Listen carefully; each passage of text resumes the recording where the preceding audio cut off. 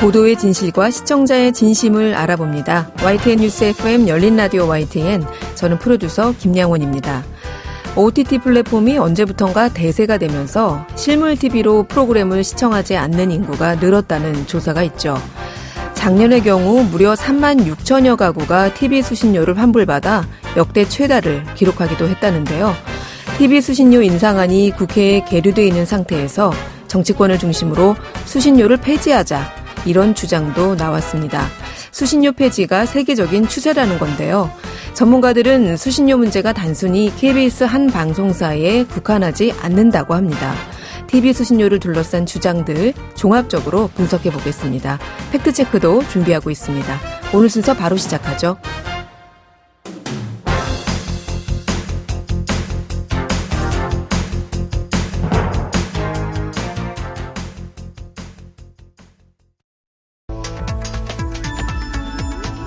미디어가 전하는 이슈에 대한 다양한 분석과 팩트체크까지 바로 보고 뒤집어 보고 꼭꼭 씹어보기 위한 미디어 비평 프로그램 열린 라디오 YTN. 네, 한 주간 있었던 뉴스들 가운데 사실 확인이 필요한 뉴스를 팩트체크해 봅니다. 팩트체크 전문 미디어죠. 뉴스톱의 송영훈 팩트체커 전화 연결돼 있습니다. 송 기자님 안녕하세요. 네, 안녕하세요. 네. 목소리 괜찮으세요? 네. 네. 현재 코로나 확진으로 격리 치료 중입니다. 네. 이렇게 또 격리 치료 중이신데 방송 연결해 주셔서 감사합니다. 네, 네. 네, 오늘 첫 팩트체크는 어떤 내용부터 살펴볼까요? 네, 정부가 내년 예산안을 편성해 발표했는데요. 그런데 이 예산의 총 지출 규모를 두고 지난해 대비 늘었다, 줄었다라는 상반된 설명이 동시에 나왔습니다.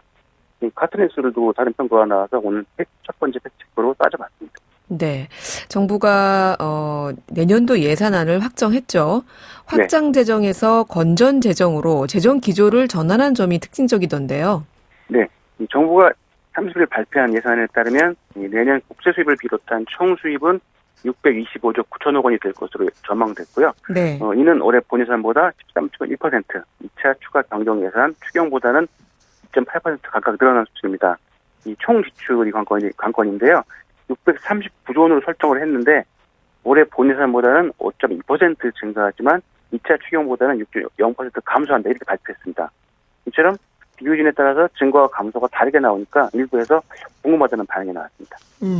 그냥 우리 예산안 하면은 예산인 줄 아는데 본 예산, 추경 예산, 총 지출, 지금 말씀하신 내용이 여러 가지 용어가 등장했거든요. 네. 일단 정리해 보면 본 예산 비교해서는 약 5% 정도 늘었다 그러고, 네. 또 2차 추경하고 비교해서는 한 6% 정도 감소했다고 하니까, 하여튼 근거가 되는 기준이 좀 다르게 분석하신 거잖아요. 네. 이렇게 기준이 원래 다 달라요? 일단 국가 예산에는 본 예산, 수정 예산, 추가 변경 예산, 준 예산, 성인 예산 이렇게 5가지가 있는데요. 네. 이 중에 2가지를 서로 비교를 한 건데, 네. 일단 매일경제에서 확인한 바에 따르면 이번 예산의 가장 큰 특징이 강조한 부분이 건전 재정 이거인 만큼 이를 좀 강조하게 해서 이렇게 했다는 해석이 나왔습니다. 이 추경호 부총리 겸 기획재정부 장관도 이 허리띠를 단단히 졸라매지 않으면 커지고 있는 경제 불확실성 앞에 방패랑 없이 맞서야 한다. 그래서 내년 예산안은 건전 재정 기틀을 확고히 확립해 나간다는 기조에 태생했다, 이렇게 설명했습니다. 이에 따르면 추경까지 포함해서 비교할 경우 전년 총 지출보다 감소하는 것은 지난 2010년 이후 약 13년 만이긴 합니다. 네. 일단 지난 30일 발표한 총 지출 규모는 639조 원이었는데 이게 본 예산입니다. 네. 본 예산은 회계년도 개시 전에 정상적인 절차에 따라 처음 확정된 기본적인 예산입니다. 보통 정상예산, 통상예산이라고도 하죠. 그리고 나서 이게 확정이 되면 정부는 1년간 국정 운영하면서 이 추가적인 재정 소요가 필요할 경우에 추가경 예산을 편성합니다. 이를 통해서 지출을 늘리고 그렇게 되면 해당 연도의 총 지출은 본 예산에다가 추경을 더한 만큼 늘어나게 됩니다. 네. 금액으로 따져보면 지난해 말 확정된 올해 본 예산 기준 총 지출 규모는 올해죠. 607조 7천억 원이었습니다. 그런데 이 선거가 있었고 코로나 등의 이유로 이미 올해 2차례나 추경을 편성을 했습니다. 네. 그러면서 총 지출 규모가 679조 5천억으로 늘어났습니다. 이렇게 2가지 버전이 나오다 보니까 이번에 정부가 발표한 내년 총 지출 639조 원은 올해 본유산과 비교하면 보통 2% 증가한 거지만 네. 2차 추경을 포함한 총수출 대비는 6% 줄어든 거죠. 그래서 어느 것과 비교에 따라서 내년 예산은 줄어든 것일 수도 있고 늘어난 것일 수도 있게 이렇게 결과가 나왔습니다. 네. 그럼 만약에 올해 같은 경우에 내년도죠. 그러니까 내년 예산에 그렇죠. 이제 추경을 하게 되면 보통 하잖아요. 네. 그렇죠. 그러면 예산이 더 느는 건데 네, 이렇게 본 예산에 대비하는 게 맞지 않을까요? 그러면?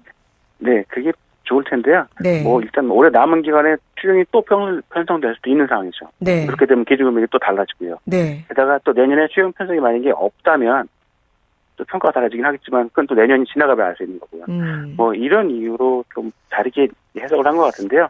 또 다른 사례로는 이번처럼 총지출을 기준으로 정부 예산의 총지출 증가율을 계산하면 이전 문재인 정부가 비판받았던 부분이 마지막 계산안의 총지출 증가율이 본예산 기준 8.4% 증가했다. 이걸 기준으로 해서 좀 비판하는 근거가 생기기도 했는데요. 네. 그러면 좀 다른 색이 나오는 거죠. 그 비판이 좀 달라지는 거예요. 수치가 달라지니까. 네. 그래서 보통 통상 재정 전문가들은 이 정부 예산안의 총지출 증가율을 볼 때는 본예산 기준으로 비교하는 게 적절하다. 이렇게 의견을 많이 냈다고 합니다. 네. 이번에 정부가 발표한 예산안 규모가 이전보다 줄었다 또는 늘었다라는 해석이 동시에 나오는 이유가 비교 대상이 본 예산인지 아니면 추경을 포함한 것이냐에 따라서 다르다. 네. 이렇게 팩트체크 한 것으로 정리하겠습니다. 네. 자, 두 번째로 살펴볼 내용은 어떤 것인가요? 네. 최근 일부 온라인 커뮤니티와 블로그에서 저희가 요즘 한국 쓰고 다니는 일회용 마스크를 재활용해서 쓰는 법을 알려주는 콘텐츠가 있어서 좀 따져봤습니다. 이게 가능한지 또 안전한지 좀 따져봤는데요. 네. 그 내용을 보니까 주로 생활정보, 살림팁 공유 이런 콘텐츠였는데요. 마스크 재질이 보통 여러 겹이죠. 튼튼하게끔. 이게 세균과 바이러스를 침투를 하지 못하게 되니까 당연히 그렇게 되어 있는데 이 여러 겹을 양쪽으로 나눌 수 있도록 잘라서 그 안에 그걸 주머니 형태, 공성체로 만들어서 그 안에 치약과 베이킹소다를 넣어서 변기 세정제로 쓰거나 베이킹소다만 넣고 냉장고에 탈취해서 쓸 수 있다. 이렇게 소개를 하고 있습니다. 그런데 그렇게 소개하는 것이 좋은데 이 관련 콘텐츠 어디에도 이 마스크를 그렇게 제작을 할 때 표면 접촉을 통한 감염 위험에 대해서는 경고하는 내용이 전혀 없었습니다. 네. 그리고 이런 내용도 없는 이런 콘텐츠 일부 포털 사이트에서는 이게 좀 잘 보이도록 배치해놨습니다. 이게 좀 문제가 될 것 같습니다. 저는 마스크 재활용이라 그래가지고 썼던 마스크를 또 착용한다 이런 뜻인 줄 알았더니 그건 아니고 네, 다른 용도로 재활용하는 건데 사실 저도 일회용 마스크 쓰고 그냥 버리기에 그냥 겉으로 보기에는 또 깨끗해 보이잖아요. 네. 그러니까 좀 이거 한 번 쓰고 버리긴 좀 아깝다 이런 생각을 하기는 했었는데요. 그래도 감염 위험이 좀 생각해야 될 것 같아요. 네, 그렇죠. 감염 위험이 높든 낮든 어쨌건 위험하면 안 쓰는 게 좋겠죠. 네. 그래서 방역 당국은 이 코로나19 확산 초기부터 마스크 바깥면을 절대 만지지 말라고 권고하고 있었습니다. 네. 이 코로나뿐만 아니고요. 모든 다른 감염에도 마찬가지로 확산될 수 있는 원인이 될 수 있기 때문에 네. 권고했는데요. 바이러스가 묻은 비말이 마스크 겉면에 묻어있을 확률이 높습니다. 마스크 겉면을 만지면 이 그 바이러스가 손으로 옮겨오고 보통 얼굴을 많이 만지는데 그렇게 해서 감염된 경우가 되게 많습니다. 네. 그래서 방역 당국은 마스크를 쓰고 벗을 때도 가능하면 끈만 잡으라고 하고 마스크를 사용하는 동안에 마스크 만지지 말라고 계속 권고하고 있습니다. 이 코로나19 바이러스가 고온에 취약하는 연구가 많이 나와 있습니다. 근데 이제 가정에서 고온에 취약하니까 멸균을 사용한다 이런 권고도 있는데 멸균 일으키기 쉽지 않습니다. 일부 지자체나 기업에서 폐마스크를 모아서 재활용하는 시도가 있는데요.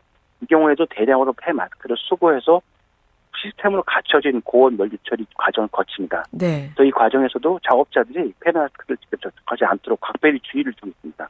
이렇게 시스템을 갖춘 곳도 조심을 하는데 개인이 집에서 이렇게 멸균을 사용한다는 건 좀 쉽지 않죠. 네. 그래서 이 개인의 경우에는 그냥 사용한 마스크, 일회용 마스크는 안전하게 폐기하는 게 좋습니다. 네. 가장 좋은 방법은 아무데나 버리지 마시고요. 굳이 끈을 잘라서 이렇게 또 아무데나 방치하지 마시고 그냥 종량제 폐기물 봉투에 잘 넣어서 버리시는 게 가장 좋습니다.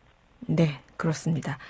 자, 세 번째 팩트체크 해볼까요? 이거는 우리 송 기자님이 지금 확진자신데 네. 직접 경험하고 계신 내용이라고요? 네, 우연히 조사하다 보니까 딱 그 케이스가 됐는데요. 최근 코로나 확진되면 면역이 1년을 유지된다 이런 전문가의 발언이 보도를 통해서 알려줬습니다. 이 내용을 따져봤습니다. 네. 방역당국이 코로나19 감염 이력이 있는 사람들에게도 추가 접종을 권고하자 이에 대한 반발과 비판이 나왔습니다. 지난 22일 한 통신사는 많은 사람들이 코로나19에 확진된 상황에서 방역당국이 백신 접종을 또다시 강조하자 혼란스러워한다. 이렇게 전했습니다. 방역당국이 확진자의 3차 접종 권고 관련해서 코로나 예방접종 실시 기준을 바꾼 데 따른 반응이었습니다. 앞서 방역당국은 코로나19에 감염된 이력이 있는 경우에도 확진 후 3개월 이후 3차 접종까지 권한다. 이렇게 밝혔습니다. 네. 통신사는 이걸 보도하면서 한 전문가의 견해를 인용했는데요. 해당 전문가는 확진되면 면역이 1년 유지된다. 상체가 이미 있는 사람에게 왜 백신을 3개월 만에 또 접종하는 결정이 되는지 모르겠다. 이렇게 이야기했습니다. 네. 그래서 백신을 접종한다고 해도 한 달간 상체가 50% 유지되는지 떨어진다는 데이터가 계속 나온다. 게다가 백신을 많이 맞을수록 상체가 줄어드는 간격은 더 짧아지는 것으로 보인다. 이렇게 말했습니다. 네. 일단 코로나19에 확진이 되면 면역이 1년은 유지된다고요? 이게 과학적인 근거가 있는 건가요? 네. 전문가의 발언이다 보니까 그 관련 문헌을 연구를 좀 찾아봤는데요.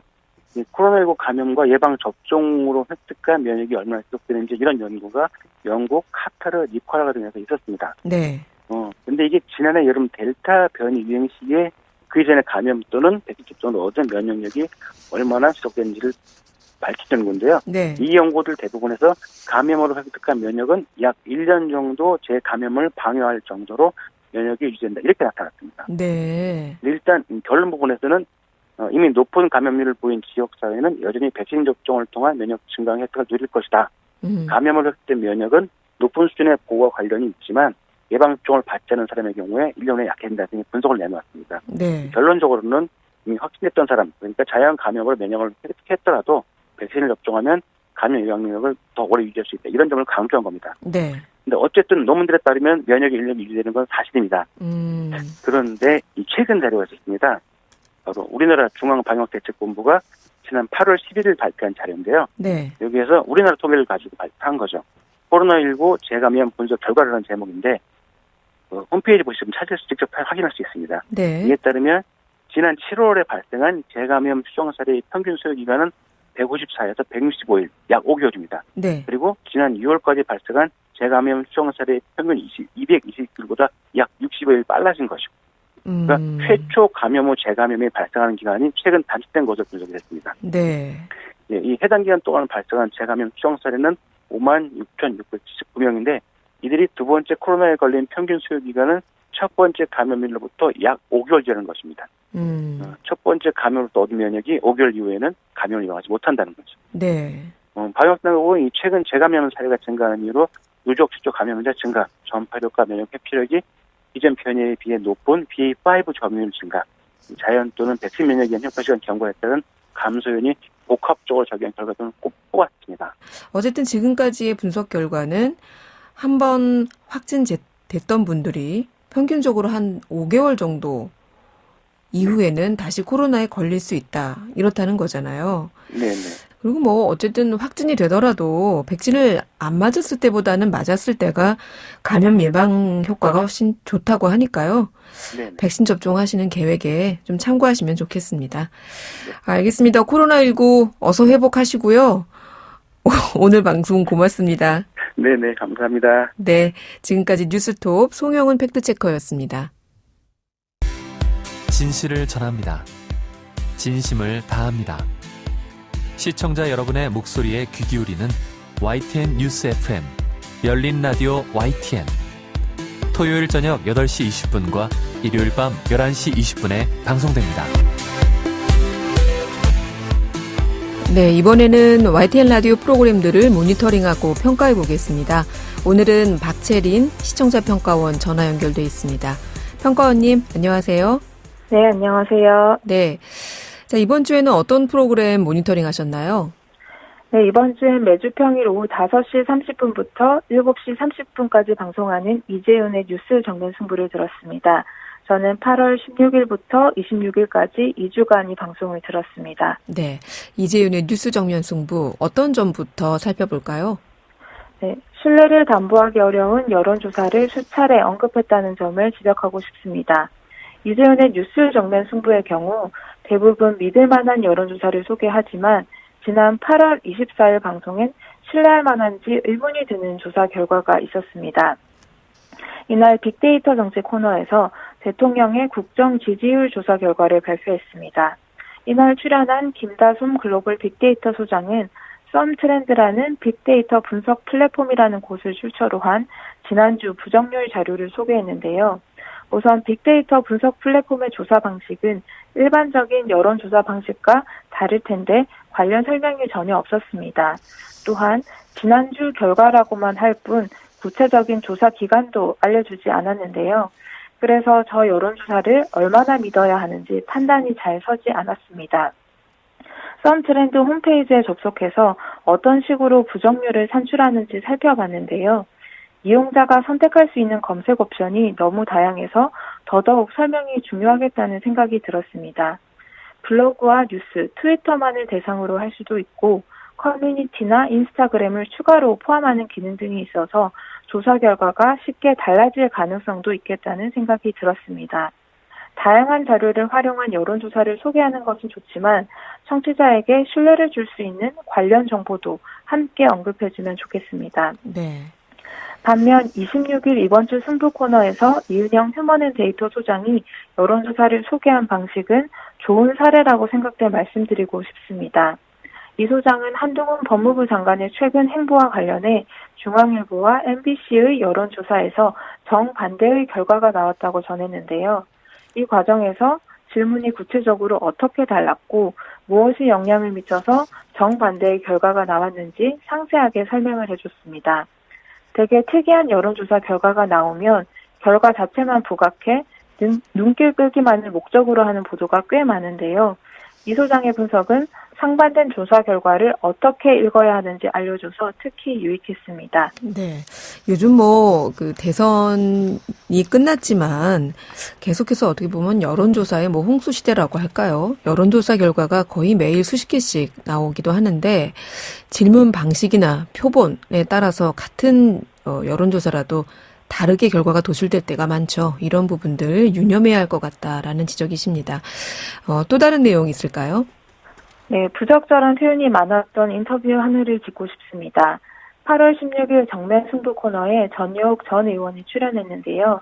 이날 인터뷰 내용은 다른 언론사들도 여러 차례 보도한 걸로 보아 꽤 주목을 받은 듯합니다. 전 전 의원은 지난 8월 13일 이준석 국민의힘 전 대표의 기자회견에 대해서 평가를 했는데요. 그 과정에서 이 전 대표를 두고 질질 짠다, 가짠다, 막대 쓰는 아이 등과 같은 표현을 쓰거나 옮겼습니다.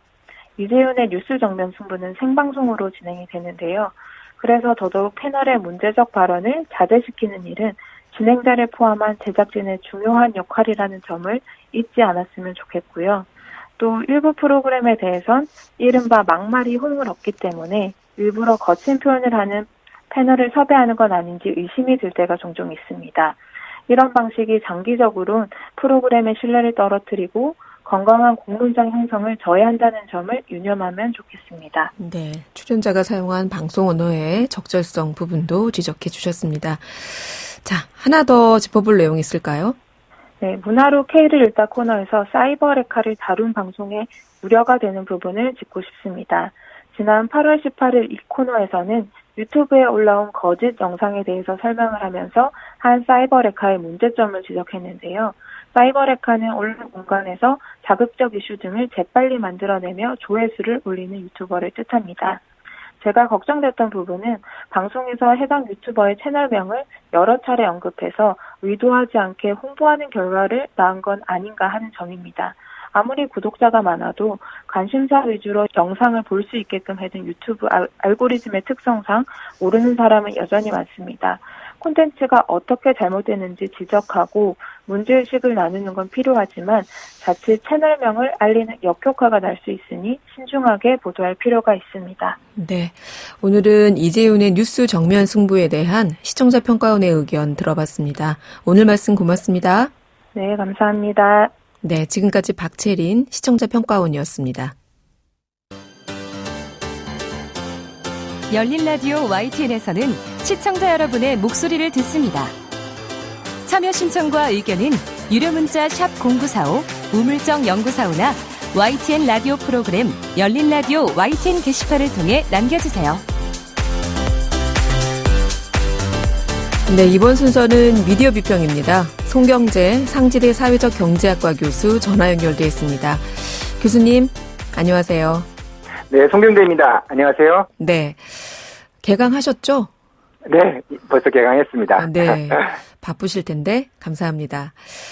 자, 새 정부가 들어설 때마다 반복되는 일이긴 한데요. 미디어계에서는 공영방송 지배구조 문제와 더불어서 이 TV 수신료 징수 논의가 때마다 반복되는 사안 중에 하나죠. 네. 이 지난달 국회 대정부 질문에서 KBS의 수신료 징수 이슈가 수면 위로 올라왔어요. 오늘은 이 수신료 얘기를 좀 해주신다고요? 네. 지난 7월 27일이었는데요. 국회 대정부 질문에서 국민의힘 박성중 의원이 KBS 수신료 징수가 반강제적이라서 불만이 좀 높다. 네. 국민에게 좀 선택권을 줘야 하지 않겠나 하고 질의를 하면서 이 KBS 시청료 문제가 이제 대두됐습니다. 사실 KBS 시청료 문제는 선거나 중요한 사건이 있을 때마다 논란이 되었던 이슈인데요. 이번에 국민의힘 박성중 의원의 대정부 질문이 아니더라도 KBS 시청료 문제는 정치권과 그리고 언론계의 뜨거운 감자라고 할 수 있습니다. 우선 여당인 국민의힘은 당 차원에서 KBS 시청료 문제를 제기하고 있습니다. 박성중 의원만이 아니라 국민의힘 미디어특별위원회는 한 발 더 나아가서 KBS가 공정하게 제 역할을 다한다고 생각하는 시청자들만 수신료를 내게 하는 수신료 자율 납부 이런 걸 포함해서 근본적인 논의를 시작해야 한다고 강조하면서 좀 프랑스와 같이 수신료 폐지까지 고려해야 한다. 이런 주장까지 나왔습니다. 네. 이게 아마도 이제 KBS의 정치적 편향성 문제를 지적하는 와중에 이 KBS 수신료 문제가 불거진 것인데 네. 사실 이번처럼 정치권에서 수신료 폐지를 주장했던 적은 그건 없었던 것 같아요. 네, 그렇죠. 그런데 현재 상황을 보면은 좀 찬성과 반대가 좀 엇갈리고 있는 것 같습니다. 지난 8월 8일자 노컷 뉴스가 KBS 수신료는 어쩌다 정치볼모 신세가 됐나라는 기사에서 좀 찬반이 비등하다고 이렇게 지적했는데요. 네. 그런데 KBS 수신료 문제는 몇 년 전에도 제기가 됐었습니다. 2019년인데요. 이때는 수신료 분리징수를 요구하는 청와대 국민청원이 20만 명 동의를 받기도 했어요. 네. 이 밖에도 KBS 공적 역할에 대해서 의문을 제기하면서 수신료를 선택적 납부로 전환해야 한다. 이런 논의도 나왔었는데요. 네. 앞서 노컷 뉴스의 보도에 따르면요. 국민의힘 박성준 의원은 수신료 폐지를 프랑스 사례를 들면서 우리 국민들은 고도의 정치적 편향성과 공정성 문제로 KBS를 외면하고 있는데 KBS 편파방송은 공영방송으로서의 본분을 다하지 못하고 있어 국민의 수신료를 도둑질하는 것과 다름없다. 좀 수신료 분리 징수안에 대해서 구체적 논의에 착수할 거다라고 예고했습니다. 이에 조선일보는 관련 기사를 일면과 사면에서 대대적으로 수신료 폐지에 대해서 주로 보도했는데요. 7월 25일자 조선일보는 방망경영 개선 않는 KBS 수신료 폐지 운동 거세져. 그리고 영국과 프랑스는 수신료 폐지, 일본은 10% 인하, 한국은 인상 추진, 이런 보도를 연이어내면서 국민의힘의 주장에 좀 힘을 더했습니다. 네.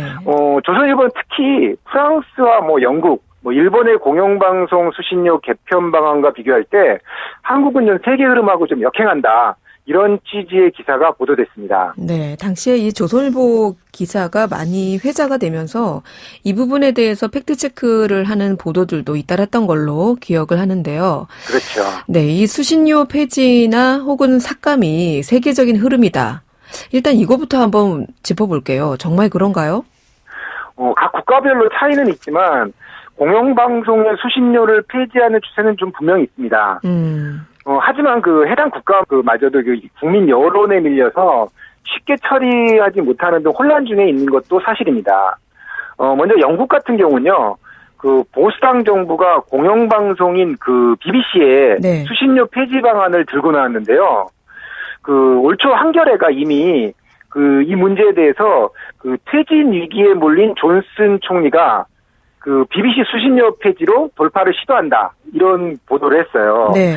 그러면서 이제 영국 문화부 장관이 2027년 폐지를 논의했는데 결국 이게 방역지침 위반으로 이제 퇴진 위기에 몰린 보리스 존슨 총리가 공영방송 수신료 폐지로 좀 민심을 돌리려는 의도가 있다. 이렇게 비판받기도 했거든요. 네. 또 프랑스의 경우는 또 상황이 틀립니다. 프랑스는 이제 올 초에 대선이 있었는데요. 대선 국면에서 수신료 폐지가 뜨거운 감자였습니다. 이 과정은 시사인의 8월 26일자 마크롱의 수신료 폐지 공약에 제동이 걸린 까닭 보도에 잘 제기되었습니다. 네. 내용을 살펴보면요. 마크롱 대통령이 연임한 후에 프랑스 정부는 5월 11일 TV 수신료 폐지를 발표했는데요. 이에 대한 반대의 움직임이 끊이지 않고 있습니다. 특히 6월 28일 파리에서는요.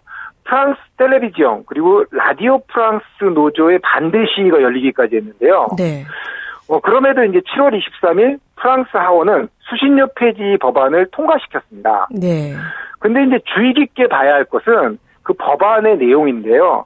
이 법안에서 수신료 폐지를 하고 부가가치세 일부를 한 37억 유로 된다고 해요. 네. 한국 돈으로는 한 약 4조 9,500억 원인데요. 네. 이 부가가치세 일부를 공영방송 재원 조달에 사용하는 조항이 법에 포함됐어요. 쉽게 말씀드린다면 TV 수신료를 국민들의 세금인 부가가치세를 재원으로 전환해버린 거예요. 그러다 보니까 이제 사회당이나 야당이 TV가 없는 국민까지 모두 내는 부가가치세로 대체하는 게 이게 말이 되느냐. 네. 이제 반발하고 있고요. 지난 8월 1일 수신료 폐지안은 상원에 표결되긴 했습니다만 공화당의 장 프랑스와 위송이 2024년 12월 31일까지 부가가치세로 공영방송 수신료를 일단 충당한다. 네. 다만 그 이전에 새로운 재정 마련이 먼저 필요하다. 이런 것이 이제 통과가 됐는데 결국 찬성이 196표, 반대가 117표가 나왔습니다. 그러니까 이거를 세부적으로 좀 들여다보니까 마냥 세계적으로 공영방송 수신료를 폐지하는 것은 아니네요. 그렇죠. 네, 다 조금씩 이유가 다르고, 특히 프랑스 같은 경우에는 겉으로는 수신료를 폐지한 것처럼 보이긴 하는데 결국에는 이게 세금으로 충당하게 되는 거니까. 네. 사실 재원 조달의 어떤 예산의 주머니만 달라졌을 뿐 결국은 수신료는 유지하는 거잖아요. 그렇습니다. 프랑스의 상황이 이제 정확하게 알려지면서 보수 성향의 이제 KBS 노동조합 일로조인데요. 네. 이 보수 성향 KBS 노동조합도 반박하고 나섰습니다. 네. 일로조는 성명서에서 수신료 분리 징수 호들갑 떠는 국민의힘, 민노총 언론노조 세력만 키워주는 우판 몰랐나? 라는 성명을 내고 국민의힘이 영국과 프랑스 공영방송사가 왜 수신료를 폐지하자는 논의를 하는지 핵심을 제대로 짚어내지 못했다. 이렇게 비판을 하고 있어요. 일로조 같은 경우는 이제 프랑스 정부는 이제 인플레이션 억제 차원에서 문제도 좀 있다. 그리고 프랑스 정부가 수신료 폐지로 발생한 손실을 다른 부문에서 발생한 부가가치세를 충당하기로 한 소식 등을 국민의힘이 간과했다. 이렇게 지적하고 있고요. 네. 사실 수신료 문제는 양날의 칼날 같이 민감한 문제입니다. 단순하게 정치적인 논리로 여당과 야당이 판단할 문제는 아니라는 건데요. 네. 실제 KBS 수신료에 대한 문제 제기는 오래전부터 있었습니다만 수신료의 강제성에 대해서도 사실 저항이 있는 것이 사실입니다. 이런 네. 실상을 좀 잘 파악해야 할 것 같습니다. 네. 자, 해외 사례를 이렇게 살펴봤는데 국내의 상황도 좀 짚어보죠. 네. 국내에서도 아직 KBS 수신료 폐지에 대해서는 조심스러워하는 상황입니다. 반대의 목소리도 적지 않은데요. 일단 우리나라 방송 구조가 KBS 수신료에 따라서 KBS 1TV나 이제 공영방송에서 광고에 대한 부담도 덜고 있는 상황이기 때문에요. 네. 수신료 폐지가 옳은 방향인지 이런 의구심이 좀 있는 거죠. 그리고 이번 KBS 수신료 폐지 주장이 좀 정치적이라는 점에서 또 비판을 받고 있습니다. 네. 특히 언론노조를 비롯한 언론단체는 일단 수신료 징수 방식을 공론화할 수는 있다. 근데 정치적 의도가 개입돼서는 안 된다는 입장이 좀 주류를 이루고 있습니다. 네. 정치 편향성을 이유로 수신료 징수 방식을 변경하겠다는 근거는 비합리적이라는 지적입니다. 미디어 오늘은 이에 대해서 그 전문가와 짚어본 인터뷰를 보도했는데요. 그 7월 26일자 프랑스 수신료 폐지 흐름, 한국에는 어떤 영향 미칠까 이 기사에서요. 공영방송 전문가인 그 강영철 숙명여대 미디어학부 교수와의 인터뷰에서 문제점을 지적했습니다.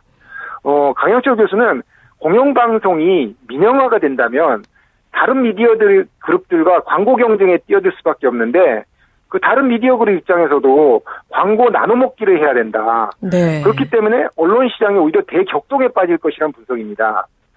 그리고 공영방송으로 세금을 보존해 준다는 것도 아직 국민 정서상 어려운 점이 있다라고 지적하고 있고요.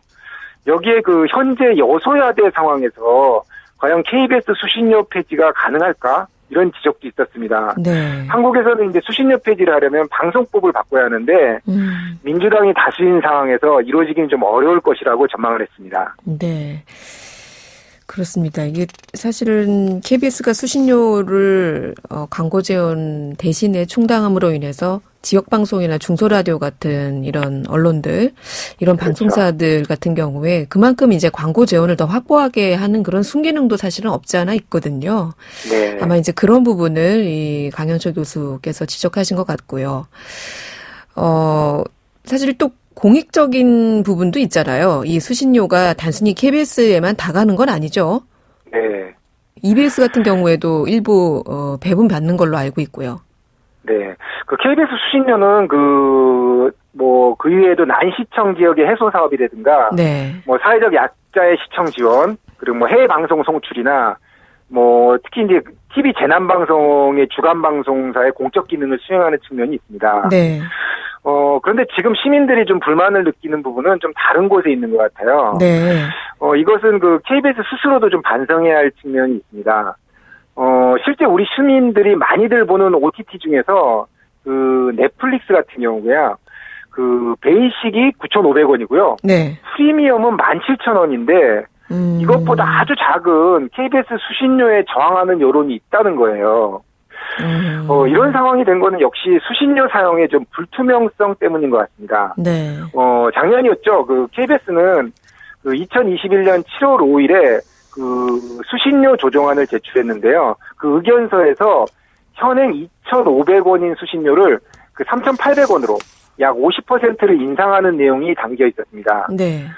이게 언론에 보도되면서 당시에도 인상, 동결, 폐지 논쟁이 진행이 되었는데, 그런데 2021년 기준 그 KBS 전체 직원의 46.4%가 억대 연봉이고 또 1억 원 이상의 연봉을 받는 직원 중에 1,500명 이상이 무보직자라는 점이 알려지면서 이거 방망경영 논란이 불거졌어요. 그렇죠. 이런 부분들이 이제 시민들에게 좀 미운털이 박힌 거다라고 할 수 있고요. 네. 그렇지만 역시 그 KBS 수신료를 둘러싼 복잡한 상황을 좀 파악한다면 좀 더 정치권에서 심사숙고해서 대안을 중심으로 좀 논의를 진행해야 한다는 의견이 힘을 얻고 있습니다. 네. 8월 8일자 노컷뉴스는 그 앞서의 KBS 수신료가 어쩌다 정치불모가 됐냐 이 보도에서 이런 문제를 꼬집었어요. 무엇보다 수신료 논의 이전에 공영방송으로서 KBS 역할에 대한 재정립이 필요하다는 진단입니다. 인터뷰에 참가한 그 순천향대 신미선 미디어 커뮤니케이션 학과 교수는요. 현재까지도 방송법에 공영방송 KBS 역할에 대한 규정이 없고 공영방송 역할을 못했다고 하는데 그 역할 자체가 없는 상황이 오히려 문제다 이렇게 지적했어요. 네. 이런 방송 전반의 상황과 그리고 현행 방송법 전반에 관한 기본적인 논의가 이루어져야 하는데 민영화까지 갈 수 있는 그 수신료 분리징수 폐지론 논의가 좀 답답하다 이렇게 네. 좀 지적하고 있고요. 문제는 그 단순히 KBS 뉴스의 편향성만을 지적하면서 수신료 폐지 논쟁을 주도해서는 해결이 안 된다라는 인식이 깔려 있는데요. 저도 같은 생각입니다만 그 신미성 교수가 수신료 이전에 아주 복잡한 이런 그 KBS라는 방송 자원을 살릴 방안이 무엇인지 이거에 대한 고민과 공론화가 필요하고요. 또 그 이익이 되지 않아 기피하는 영역에 대해서 사회적 약자를 위해서 제 역할을 할 수 있는 그 공영방송의 방안이 무엇인지 이런 그 고민이 필요하다는 지적은 좀 생각해봐야 할 화두인 것 같습니다. 네. 정치권에서 어떤 의도를 가지고 접근하는 것도 문제지만 앞서 교수님께서 말씀하신 것처럼 넷플릭스에 한 달에 10,000원 이상씩 내는 거는 아깝지 않은데. 그렇죠. KBS 수신료로 2,500원 내는 거는 왜 저항이 있는 걸까? 네, 이 부분도 좀 반성이 필요한 부분인 것 같긴 하네요. 네. 알겠습니다. 오늘 말씀 잘 들었습니다. 고맙습니다. 네, 감사합니다. 네, 지금까지 송경재 상지대 사회적 경제학과 교수였습니다.